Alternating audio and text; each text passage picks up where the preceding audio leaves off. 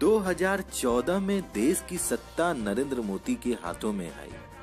उसी वर्ष गाजीपुर के सांसद मनोज सिन्हा को केंद्रीय मंत्री का पद दिया गया।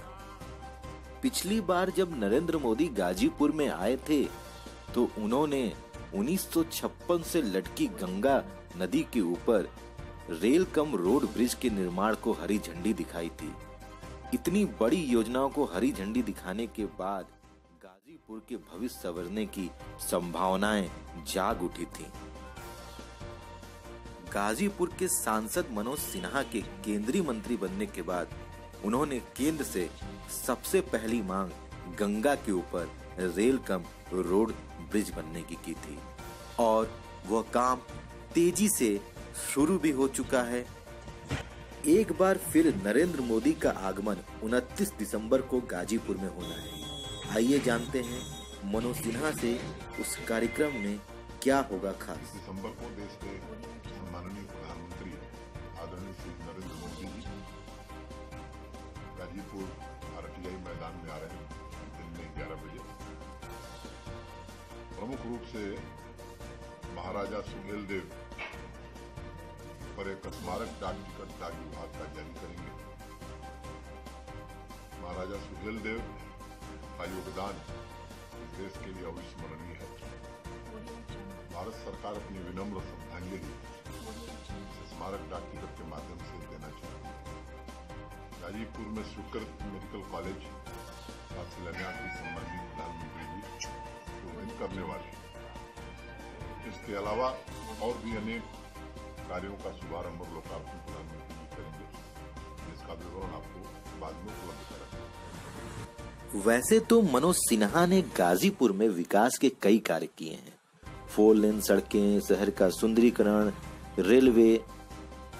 इस बार मनोज सिन्हा गाजीपुर में कुछ बड़ी योजना लाने जा रहे हैं। मेडिकल कॉलेज जैसी बड़ी योजना से गाजीपुर का भविष्य उज्जवल होगा। कुछ दिन पूर्व मनोज सिन्हा ने गाजीपुर में रोजगार मेले का आयोजन किया, जिसका उद्घाटन मुख्यमंत्री योगी आदित्यनाथ ने किया।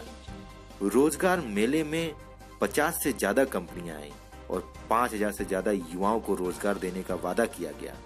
लेकिन मेले का पहला दिन हंगामे से भरा रहा। मुख्यमंत्री योगी आदित्यनाथ का और मनोज सिन्हा का युवाओं ने विरोध किया, कुर्सियां तोड़ी। इसके बीच भी बहुत सारे युवाओं ने नौकरियां पाई। इधर दूसरी तरफ भाजपा के सहयोगी दल के नेता ओम प्रकाश राजभर नरेंद्र मोदी के आगमन को एक राजनीतिक साजिश मान रहे हैं। ओम प्रकाश राजभर की ताकत को कमजोर करने के लिए, खासतौर से राजभर जाति को वोट को अपने पाले में करने के लिए ये षड्यंत्र भारतीय जनता पार्टी ने रचा है, जिसका लखनऊ से लेके गाजीपुर ही नहीं, चारों तरफ जहां देख रहे हैं राजभर समाज की रैली के नाम से बैनर लग रहे हैं।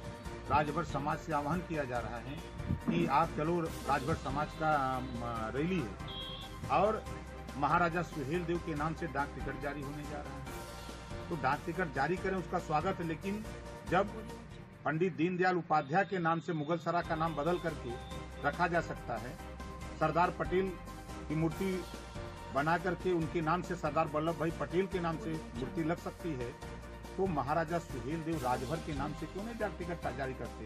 राजभर लिखने में कोई क्या ऐतराज है? इसको क्यों नहीं करते हैं? ये सिर्फ सियासत कमजोर करने के लिए, वोट को बांटने के लिए, गरीबों को अधिकार न मिले। जब गरीब को जागृत किया है हमने कि आप अपने अधिकार के विषय में सोचो। पिछड़ी जाति के 27% आरक्षण जो 28 साल से मिल रहा है, उसमें बंटवारा करा करके सभी जातियों को हिस्सेदारी दिलाने के लिए जब कमेटी की रिपोर्ट आ गई, उसको लागू करने के लिए समय नहीं है, लेकिन विवाद पैदा करने के लिए इनके पास समय है। ये लोग तरह तरह के हथकंडे अपनाया करते हैं।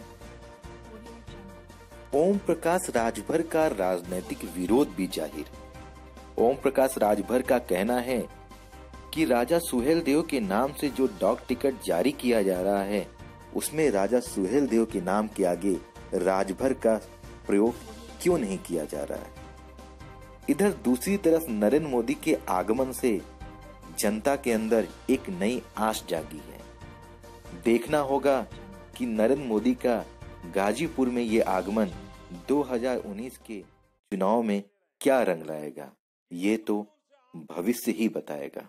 टीम अपना गाजीपुर।